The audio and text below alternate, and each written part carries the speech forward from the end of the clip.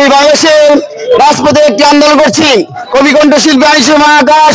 সেটা হলো পুরুষ নির্যাতনে আইনের দ্বারা চাই, পুরুষ সমিতি চাই, প্রতিরোধ কমিটি চাই।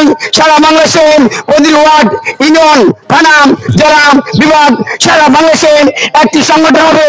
নারীদের মাধ্যমে যে কোনো পুরুষ নির্যাতিত হলে সেই নারী অ্যারেস্ট পর্যন্ত সেই সংগঠন আন্দোলন চালিয়ে যাবেন। মাননীয় রাষ্ট্রপতি আমির সাহেব তিনি বলেছেন বাংলাদেশের সংসদে, আমি বলছি বাংলাদেশের রাজপথে নারীরা যে কোনো অপরাধ করলেন বাংলাদেশ জমিনে বিচার হবে, অপরাধ মুক্ত সমাজ হবে। যে নারী ব্ল্যাকমেল করে, প্রতারণা করে, স্বামী রেখে অন্য পুরুষের পরকীয়া করে, স্বামীর বিরুদ্ধে মামলা দিয়ে অন্য পুরুষের পরকীয়া করে, স্বামী বিরুদ্ধে গেছে অন্য পুরুষের পরকীয়া করে প্রমাণ হলে সেই নারীর বিরুদ্ধে পুনর্দর্শন মামলা চলবে। বাংলাদেশের সমস্ত নারীদেরকে বাজির মধ্যে সতীত্ব, কুমারিত্ব, ডিএনএস এর মধ্যে বাংলাদেশের বিবাহ চালু করতে হবে। বিয়ের আগে কোনো ছেলে সুবর্ণ ধরা পড়লে সেই নারীকে সাথে সাথে অ্যারেস্ট করতে হবে।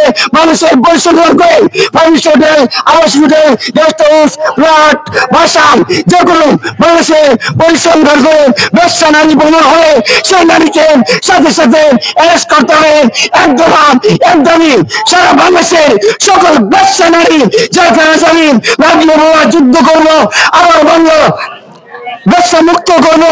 আসুন একসাথে এই বাঙালি জাতি, বাংলাদেশের সকল পুরুষ একটাই স্লোগান করেন, ব্যবসা মুক্ত বাংলা চাই।